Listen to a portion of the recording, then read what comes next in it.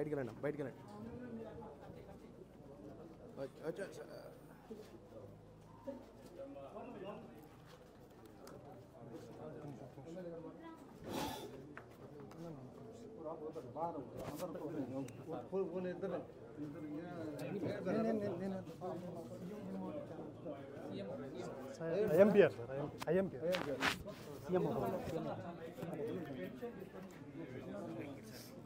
మీ husband చనిపోయాడు corona వచ్చి చనిపోయాడా corona సమయంలో సెకండ్ వేవ్ అంటే ఎంత ఏజ్ ఎంత అప్పటికైంది ఏమన్నా అలవాట్లు ఏమైనా ఉన్నాయా తాగుడు కానీ అవన్నీ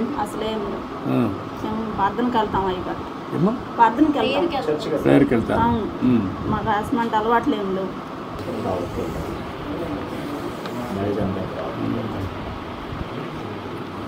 ఇప్పుడు మీ ఇంటి మీద సోలార్ పెట్టిస్తే పెట్టుకుంటారమ్మా పెట్టుకుంటాం సోలార్ పెట్టిచ్చేస్తే కరెంట్ బిల్లు కట్టే పని ఉండదు ఇంకేంటమ్మా ఏంటి చెప్పండి మీ కష్టాలు ఇంకేంటండి మా కష్టాలు మా బాబుని చదివించుకోవాలనుకుంటున్నాను ముఖ్యంగా వాళ్ళ కోసమే నేను ఇంత ప్రయాసపడుతున్నాను నా బిడ్డల కోసమే ముఖ్యంగా నా బిడ్డలు చదివించుకోవడం కోసం నేను ఆయాంలో 5 సంవత్సరాల్లో 5 సంవత్సరాల కాలంలో మన ప్రభుత్వంలో చేర్చినప్పుడు ఇల్లు కట్టించుకున్నాను అప్పుడు జరిగిన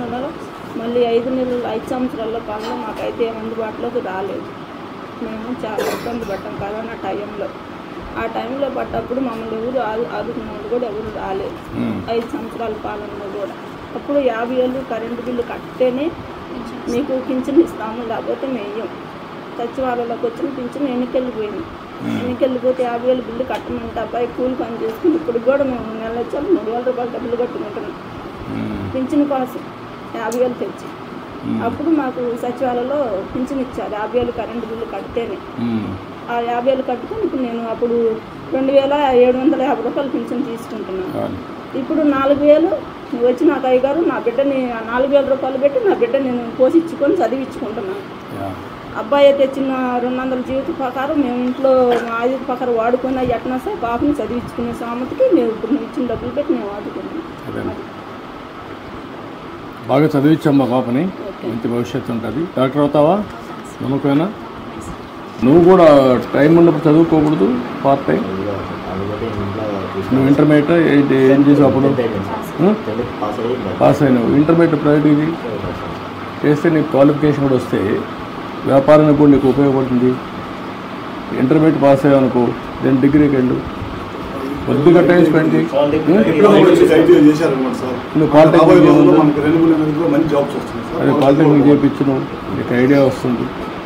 చాలా ఉద్యోగాలు వస్తాయి రెండోది వచ్చి నీకు వ్యాపారం కూడా కంట్రోల్ వస్తుంది చిన్నగా ఇచ్చి ముందు రిపేర్ చేయి ఆ 3 లక్షలు పెట్టి దాని నుంచి నెక్స్ట్ ఎట్ పోవాలి చదువుకుంటూ 2 పనులు చేయి ఓకే మరి నేను ఆ డబ్బులు కూడా ఇప్పుడు బిల్లు ఇచ్చేసేయమంటాను ఇది కూడా పెట్టిస్తాం సోలార్ పెట్టిస్తాం ధైర్యంగా ఉండండి ఈ పాపని ఏం కావాలో అవన్నీ ఇప్పించి చదివించాలి నాకు ఎంబీబీఎస్ చేసేట్టుగా మీరు మెంటరింగ్ చేయాలి రేపటి నుంచి ఈ పాపని జిల్లా అడ్మినిస్ట్రేషన్లో ఉండాలి ఒకటి టేక్ లాజికల్ ఓకే అమ్మా బాగా చదువుకోవాలి రండి తీసుకోమ్మా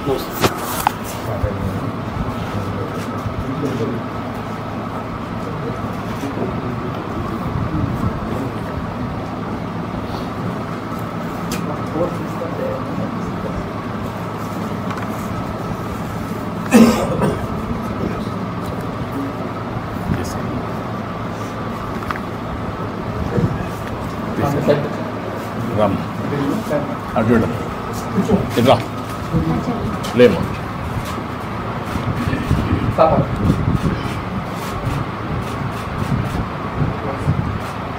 ఇట్రామ్ ఇట్రండి పిల్లలు ఇట్రండి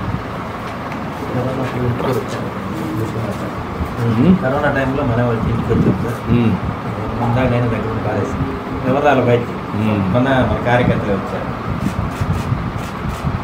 రమేష్ గారు ఓకే అమ్మా ధైర్యంగా ఉండమ్మా ఓకే అమ్మా గుడ్ థ్యాంక్ యూ జై చంద్రన్న జై జై చంద్రన్న జై జై చంద్రన్న థ్యాంక్ యూ ధైర్యంగా ధైర్యంగా బాగా చదివిస్తుంది ధైర్యంగా ఉండండి మీకు మళ్ళా కేటగరైజేషన్ వస్తుందమ్మా ఇప్పుడు మాలామాదిలో కూడా కేటగరైజేషన్ తీసుకొస్తాం దాంట్లో కూడా మీకు బెనిఫిట్ వస్తుంది బాగా చదువుకో పైకి వస్తావు. నువ్వు బాగా తెలివిగా ఉన్నావు, ఇంకా బాగా చదువుకోవాలి, కష్టపడాలి. ఇప్పుడు కష్టపడితే జీవితాంతం సుఖపడతావు. కష్టపడతావా? నమ్మకమేనా? ఏంటంటే నువ్వు సెట్ అవుతావా? ఇప్పుడు ఇది ఇచ్చినాక నువ్వు బాగా సెట్ అయ్యి